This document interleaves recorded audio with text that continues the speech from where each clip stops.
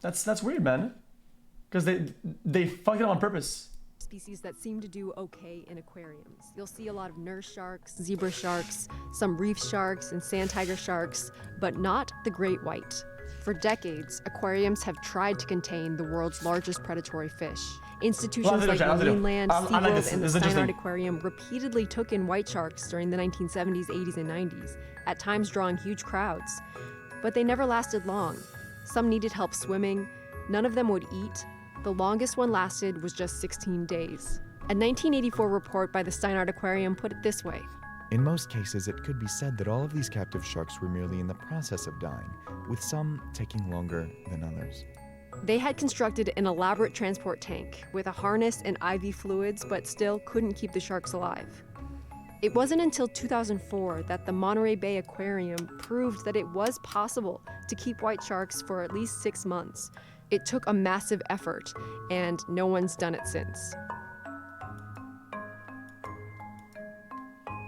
I have an idea, right, chat? How about we just let them live of sort of a in their systematic natural habitat? logical sequence of things leading up to our success, and it started with designing the tank. The Monterey Bay Aquarium had a 1 million-gallon egg-shaped tank, 35 feet deep, designed for open ocean animals like tuna and sharks. So you need a big tank. You also need a small shark. Adult great whites reach 15 feet on average. The Monterey Bay Aquarium nabbed one in 2004 that was 4 feet 4 inches, less than a year old. That made it easier to move and easier to keep. When they're young, they feed on fish, and as they get older, they transition to feeding more on mammals. And so we were targeting the age bracket where we were more able to feed their natural diet. And once they collected the shark, they didn't take it straight to the aquarium. Instead, the Monterey Bay team set up a 4 million-gallon pen right there in the ocean. That way they could monitor the shark and see if it would feed before they moved it into a transport tank to travel from Southern California, where the sharks were born, up to the aquarium. Sharks, like all fish, need to have water continually passing through their gills in order to get oxygen. Most species can open and close their mouths to pump water through, but white sharks and a couple dozen other species don't do that. To breathe, they have to move forward through the water with their mouths open. That's why white sharks start to weaken as soon as they're caught in a net. And that's why they needed a custom-built transport tank for mobile life support.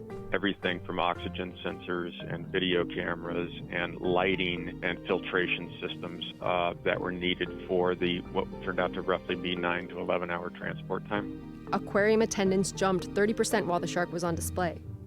After 6.5 months, they decided to release it because it had killed 2 other sharks. Over the next 6 years, the aquarium displayed 5 more baby white sharks. Some they paid fishermen to hand over, some they caught themselves. Their stays ranged from just 11 days up to 5 months. The Monterey Bay Aquarium had succeeded in doing what no one else could, but it did take a toll on the sharks. They developed visible sores from bumping into the sides of the tank. We actually snuck in with photographers and took pictures, of the sharks as they were beginning to attrit and fail due to the constant scraping against the wall, basically. As we viewed it, it was a vase of flowers that would be kept for the visitors. Historically, aquariums kept sharks that lived near the seabed or near reefs. That makes sense. It's easier to recreate those habitats in a tank. But in recent decades, aquariums have wanted to bring in bigger, more pelagic sharks, those that spend time roaming the open ocean.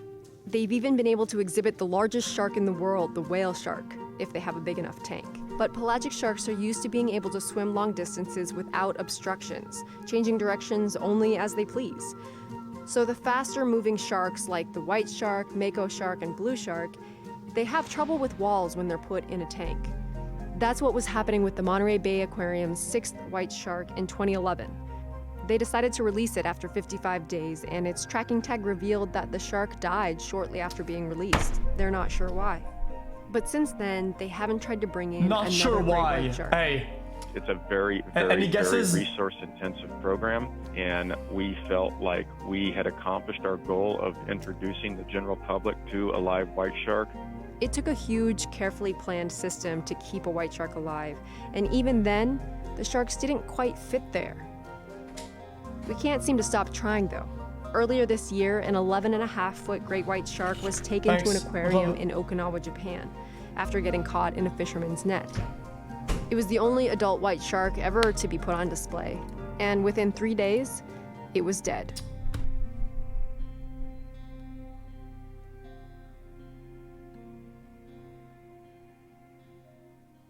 I wanted to show you a great resource online called the Biodiversity Heritage Library. It's the product of... Okay.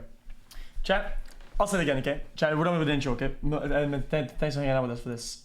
Dude, Vox takes... xQcOW Chat, gun. when Vox presents political data, they take such a strong stance on whether that data is one way or another, right? Politically. And whenever they present data from other things that are, you know, whatever, like this, like animals, they always not take a stance. Like, oh, look, this is what's happening. Lol, lol, lol. And they don't take a stance, dude. I don't get it. Is this wrong? Is this good? It feels not opinionated and very neutral, which is fine. But it's kind of like ironic coming from Vox, which are very opinionated in their fucking political pieces. Right?